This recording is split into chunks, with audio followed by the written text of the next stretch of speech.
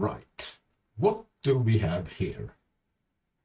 Well, this is Earth, mass capital M, and here we have a spacecraft, mass M, and the spacecraft is orbiting Earth in a circular orbit. And we are interested in transferring this spacecraft to the larger circle, so it starts orbiting here instead. And how can we do that? Well, one way is to start applying a burn from the spacecraft, which will change the orbit from the circular one here into an elliptic orbit. So via an elliptic orbit, we are supposed then to be transferring over here to the point B. But the interesting thing here is if we do nothing, this will not go in a circular orbit, of course. It's just going to continue in the elliptic orbit. So if we do nothing in point B, you're just going to have a forever elliptic orbit like that. So we need to do something here too. Maybe burn some more fuel or whatever. And this is what we're going to see, what we have to do. And there are A, B, C. And the first exercise is, what is the energy required for transferring from this circle into that circle? And we can just look at the energy of the satellite here or spacecraft, and we immediately treat this as a two-body problem and reduce it to a one-body problem by using reduced mass, V. So this is the kinetic energy of the reduced mass, V. And here is the gravitational potential energy. It's the G times the mass in the origin, which in the reduced mass problem is the total mass, m plus m. This is what you have here, and this is interacting then with the reduced mass, mu, and divided by the distance. And the distance here is between the reduced mass and the center. In the two-body problem, the distance is between the Earth and the spacecraft. It depends on how you look at this. Anyway, so this is one equation for the energy. And here I am immediately applying the second law, Newton's second law. And that states that the force, which is in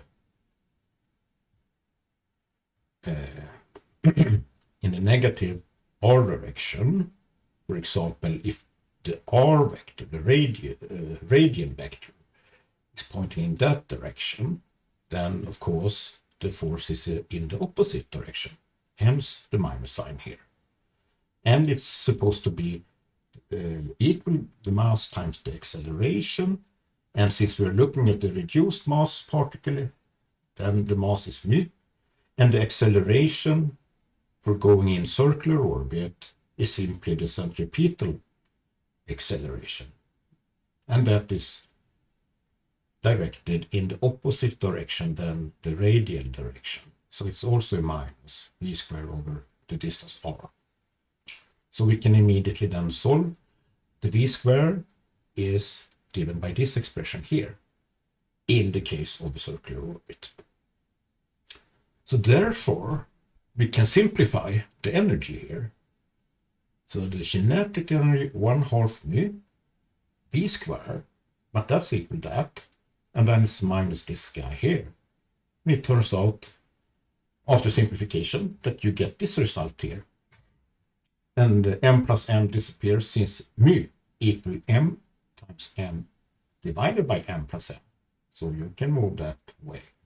So you only get this. And this is the result for a circular orbit. The total energy is exactly this.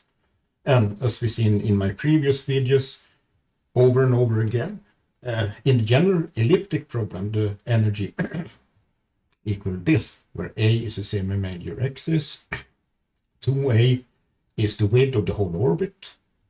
So, for example, here it would be the whole distance here. 2R, yeah, the whole distance is 2 times the radius, isn't it? So, okay. Then here, the energy, initial energy, at the, let's call this orbit 1 and this orbit 2. So the distance here, what can it be? Yeah, it's 2 times the Earth radius, isn't it? It's the same here. So E1 equal this, 2 times the radius, but the radius 2 Earth radius, so it's gonna be this. And for the larger circle, you get this, E2 equal this. And it turns out to be just half of the E1, right? So here, the energy initially is E1, and then we add an energy delta E, and that should be equal to E2, shouldn't it? So obviously delta E equal E2 minus E1, but E2 is this, so it's like that. And the final answer is, this is the energy that in one way or another must be added to the system in order to transfer from the first smaller circle to the larger. The exercise A is done. So then we take a look at B. Yeah, B is about, let's try to send it away in an elliptic orbit. So we need to do some kind of burn here at the point A. And since if we come here and do nothing, there will be an elliptic orbit forever. So that we can't have. We want to transition to the circle here. So we need to do some kind of burn at point B or as well. So the solution for this, first of all, let's look at the ellipse given in the figure. What is 2A? 2A is the total distance from A to B. And first you have 2, that one, 2RE. And then, okay, 4RE. So the total distance, that's 6RE. So 2A equals 6RE. Right. So the semi-major axis A is half of that, 3RE. And in order to make a fast solution to the problem, we can use the Vis-viva equation, which is giving a general expression for the speed of the particle. And of course, this is not something a student should be required to remember, so it should have been given in the problem text. And this equation here, yeah, it's a little bit confusing me. Here is not the reduced mass, it is actually the gravitational parameter, and that's just g times the total mass. So now we have this expression for speed. It's valid for any orbit in this gravitational problem. So for example, in the point A, yeah, 2 divided by, yeah, in point A is the radius was 2RE, right? And then minus 1 over A, but that we found to be 3RE. So you have this equation, and then you can simplify that to that. And V1 from the previous page, it was this expression. So now we can see here VA minus V1 is given by this expression. And it turns out that this is a positive number here. So VA is obviously then larger than V1. You can imagine, in order to leave this circle, you need to add energy, a higher speed, to start going in the elliptic orbit over there.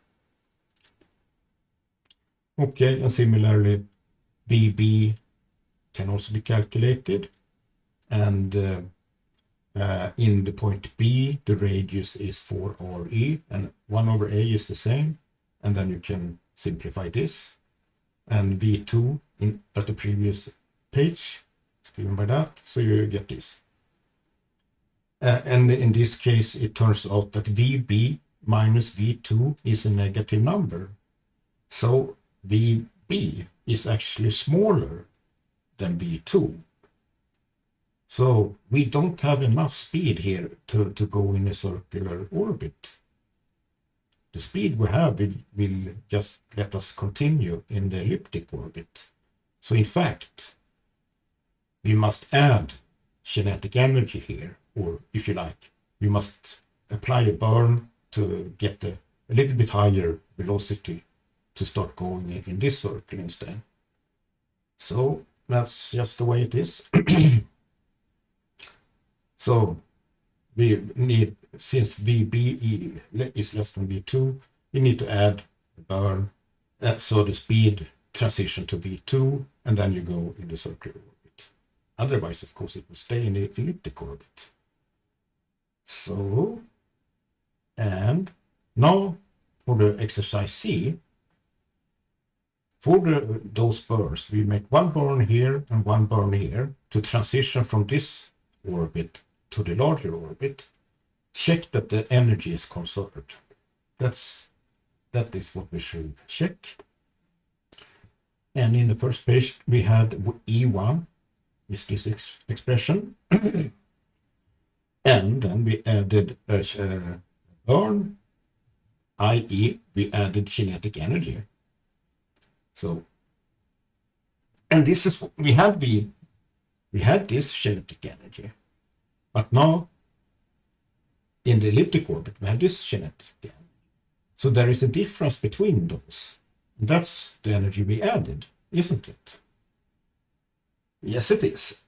And, okay, all you have to do is look at the formulas for V1 and VA, and you get this, and you can simplify to that expression over here. That's the first energy we added at point A. Then at point B, we realized that we need to add even more energy to continue in the larger circular orbit. And then in this case, this is the larger velocity V2, and VB was the smaller. So the energy, the kinetic energy we must add is this minus that. And then again, plug in the numbers, and then you get this instead. So this is the energy in point B we need to add. And let's check now. So from the beginning, we had the energy, and in the point A, we add some kinetic energy, and in point B, we add another amount of kinetic energy, and this is what you get. This plus this plus this. And that turns out to be this. And indeed, this is exactly the total energy in the larger circle. So the answer is yes, of course. The total mechanical energy is conserved in this process, transition from one orbit to the other larger orbit. Okay, thank you. See you later.